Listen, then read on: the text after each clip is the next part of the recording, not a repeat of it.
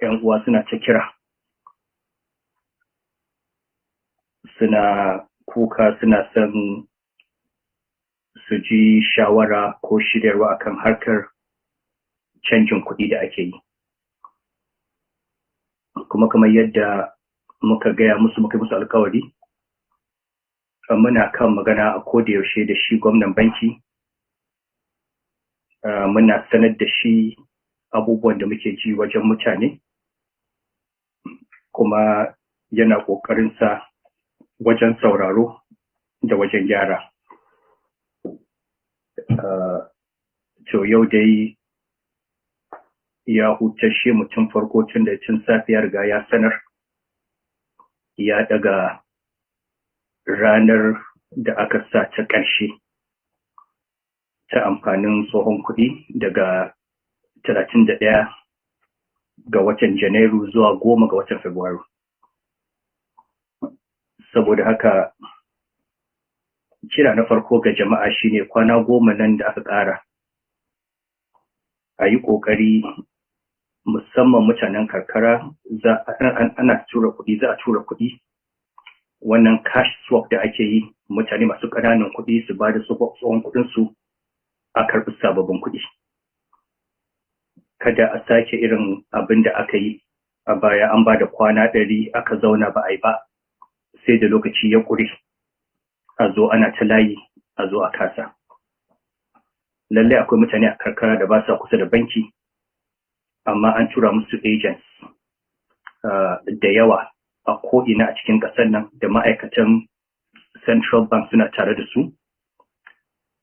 Kuma sanarwa shine kuɗin da ake tura bankuna, sababbin kuɗi, abin da aka ce a yi da su shine akwai kaso da za a dinga sawa a cikin ATM a karba, sannan akwai kaso da ake bayarwa ana zuwa ƙauyuka, mutane suna canza kuɗinsu.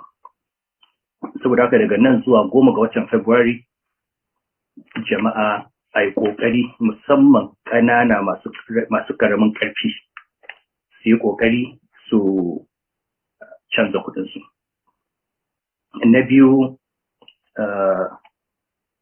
akwai abubuwa da suke faruwa waɗanda mun sanar da shi kuma ana bincike. Akwai bankuna da an ba su kuɗin nan maimakon saka cikin ATM, an ce manajoji da ma'aikata suna sayarwa. Sai mutum ya karɓi naira miliyan 10 ya biya miliyan 1. To a yanzu dai an samu rassa na bankuna guda 3 wanda aka samu wato rahoton abin da suke aikatawa, kuma na tabbatar za a yi bincike, kuma an tabbatar za a ɗauki hukunci a kai. Dukkanin kuɗin da aka kai kowane banki, nambarsa tana nan a rubuce a wajen Central Bank, kuma idan an sayar da irin wayannan kuɗaɗen, in aka kama su, an san daga wani banki suka fita. Kuma babban banki ba za su sakaci da wannan ba. Sannan an fito da tsari yanzu nan gaba da ma'aikatan EFCC da ma'aikatan ICPC za su dinga zuwa, za a je bankuna a tabbatar kuɗin da aka ba su yadda aka ce a sa a cikin ATM, ana sa a cikin ATM, ba sayarwa ake yi ba. Wanda aka ce a bayar a rabawa ƙauyawa, mutane a ƙauye, za a fitar da kuɗin a ji a rabawa, a canza wa jama'a yadda aka tsara. Muna kira ga al'umma su kuma su lura da wasu abubuwa da suke faruwa. Akwai mutumin da zai je ATM ya ɗauki kati 20, kati 30, kati 40, ya je kwashe kuɗi. To idan mutum zai dinga wannan, mutum ɗaya zai wannan, kuɗin da aka ajiye na al'umma ba za a samu ba. Saboda kuma jama'a, dan Allah ku sa ido akan 'yan uwanku da suke zuwa don wannan abin da suke, in an saka kun allo da kuɗi a ATM sai su dinga zara da katina da yawa, yana cutarwa a cikin birane kenan. Sannan ƙarin shawara ga jama'a shine lokaci ya zo da ya kamata mu koyi hanyoyi daban-daban na sarrafa kuɗi, ba sai da sabar kuɗi ba. Na tuna lokacin da ina gwamnan banki a Kano, na zo wannan kasuwar ta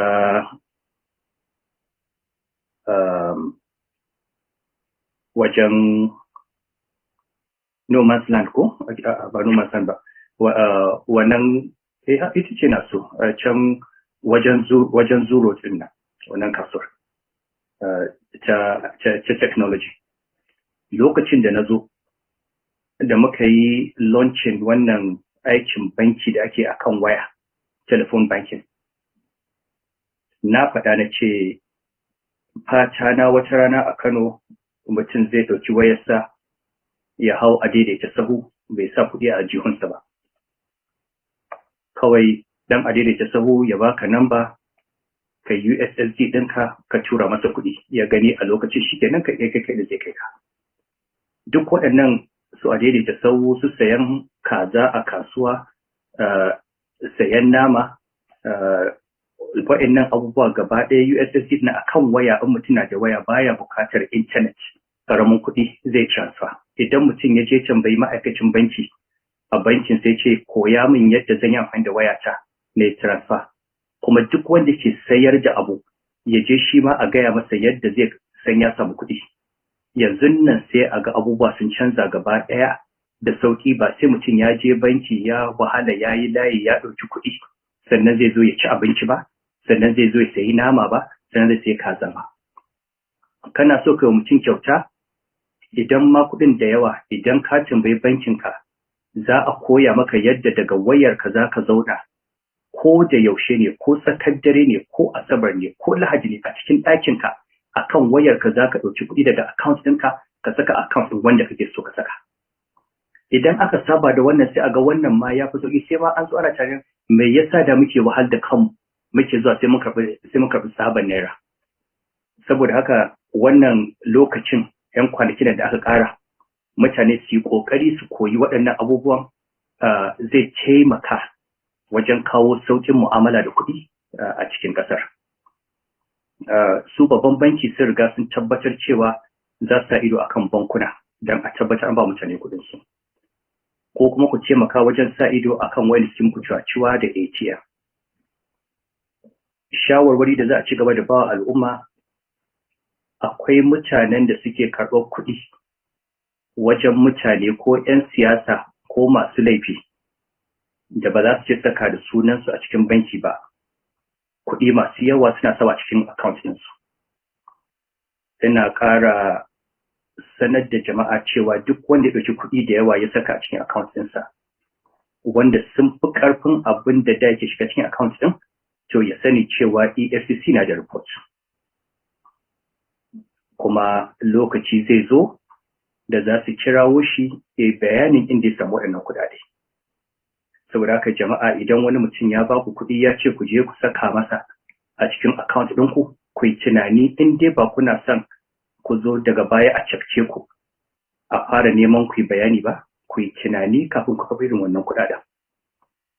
Wannan shawara ce ga wanda yake so ya ɗauka. Amma wannan abubuwa na canje-canje suna zuwa kullum. Idan sun zo ba zan tsaya dogon bayani ba, na riga na faɗi ra'ayina akan wannan kwanakin baya.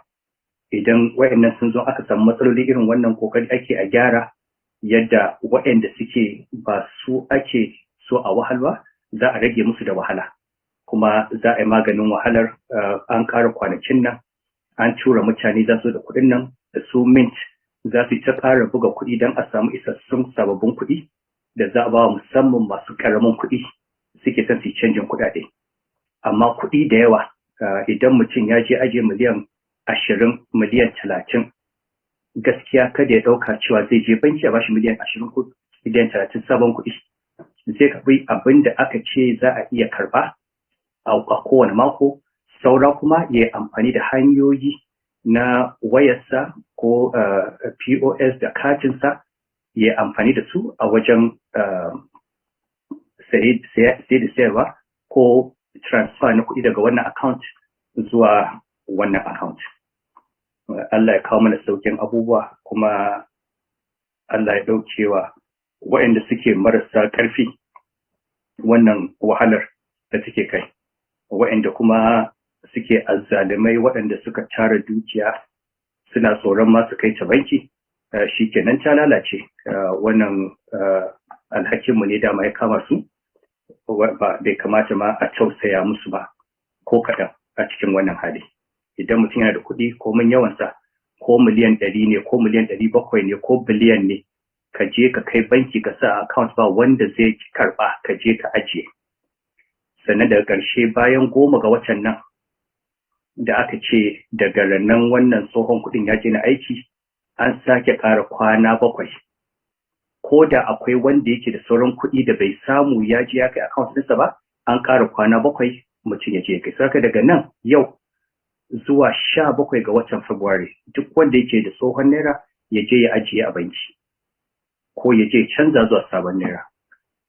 Wannan shine sanarwa da za mu yi da kuma ƙara faɗakarwa.